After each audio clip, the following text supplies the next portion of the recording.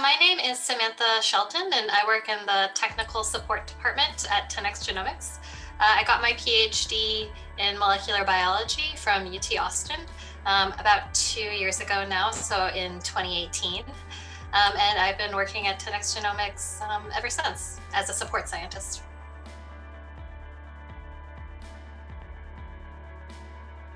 So I, mainly did my research. That was, of course, my main responsibility. So working in a lab, and ultimately that proved to be really important for the job that I have currently, because all of those lab skills that you develop, mainly around like troubleshooting and optimization, for your experimental work is really applicable for this technical support position, because ultimately, that's the goal for this position, is so our customers at 10x will use our products, and we want to help them be successful. And so all those lab skills that you develop are super valuable for a support role. So that's one aspect. One of the things that I did do when I was a PhD student was I did work as a TA, which most people are expected to do at some point during their PhD. And that role is also really valuable. So again, like a TA is kind of a support role too, in a way. So you are training these students, you're helping them understand these concepts. You have to work on your communication skills, teaching skills, presentation skills. All of that is stuff that I apply in my role every day right now. And then the last thing that I did do as well during my time at UT Austin was I did some sort of like part-time work for a small Austin next generation sequencing startup. So I wrote blog posts for them, basically around like new techniques or next generation sequencing QC steps, which, for some context, 10x Genomics is also a next generation sequencing focused company. So those were things that I was really able to apply to my current position. And again, it's all about, I feel like, for this role, is developing communication skills, because that's a big part of what we do, is communicate with customers.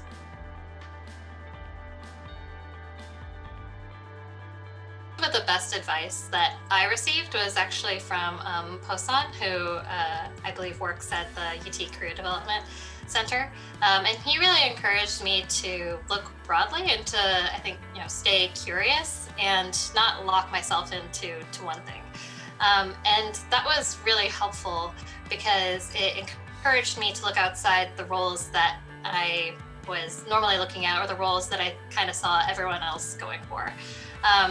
Typically for molecular biology, most people go on to do a postdoc, and then they go on to look on the academic circuit for professorship. I already kind of knew that wasn't where I wanted to go. So not seeing a lot of other options, it did feel a little limiting. But Posan, was really helpful in he provided kind of like a list of like, here are some careers that you might look at. He talked a little bit about his background as well. And then just to like look broadly and think about, not get too locked into doing one thing just because it seems like you see a lot of other people doing that. And then the other thing that I did that was super helpful was actually networking. So I did a lot of like LinkedIn, almost like cold call networking. And I would just reach out to people at companies who I thought had positions that I had read about, that seemed interesting. And I would just ask them if they would do an informational interview with me, just 20 minutes, to get a better sense of the different roles that existed. That's a really important thing to do, because that's the way to get the best, most accurate information about what someone's day-to-day experience is like. Is just through talking with them directly. And then on top of that, so it's a great learning experience, but then you also get to broaden your network as well, which is really valuable.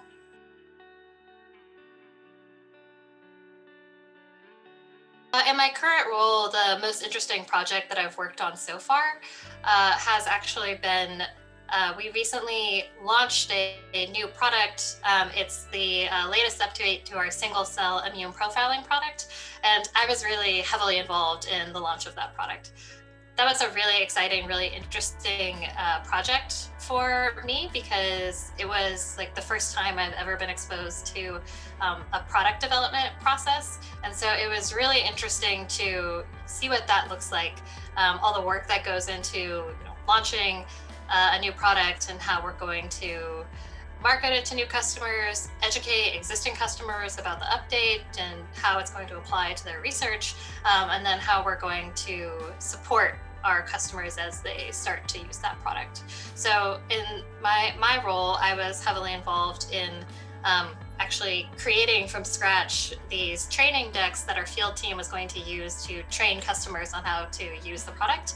And that was a super great experience for me. It was something that was pretty new, and involved a lot of like cross-functional interactions with our R&D group, our marketing communications group, and product management as well. And so it was really exciting to get to work with all those teams, and it was a really educational experience for me.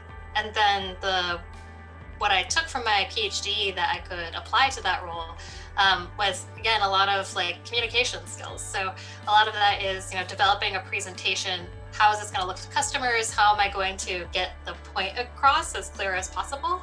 And then writing skills as well. So in addition to the training decks, I also helped lead a team of people to write a technical note that basically documented the application performance. And so again, those kind of writing, communication, presentation skills that you pick up during a PhD are all incredibly valuable in product development.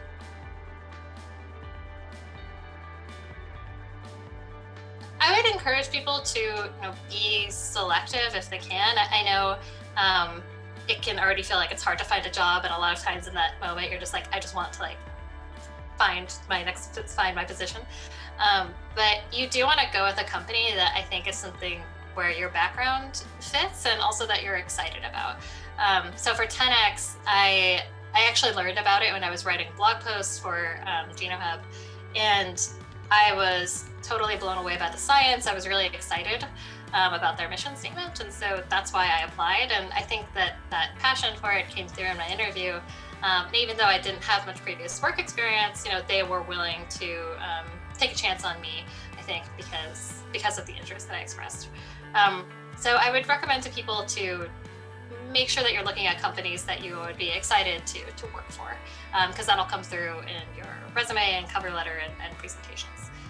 But then the next stage, I think, is sort of like the first 6 months or so after you get a job out of your PhD. I don't know, I felt like I personally wasn't super prepared for what that was going to be like, and I really had no idea what it was going to be like. And in that phase, that's still kind of like the transition phase, I feel like, where you're moving from, okay, I was working as a PhD student and now I'm in this new career.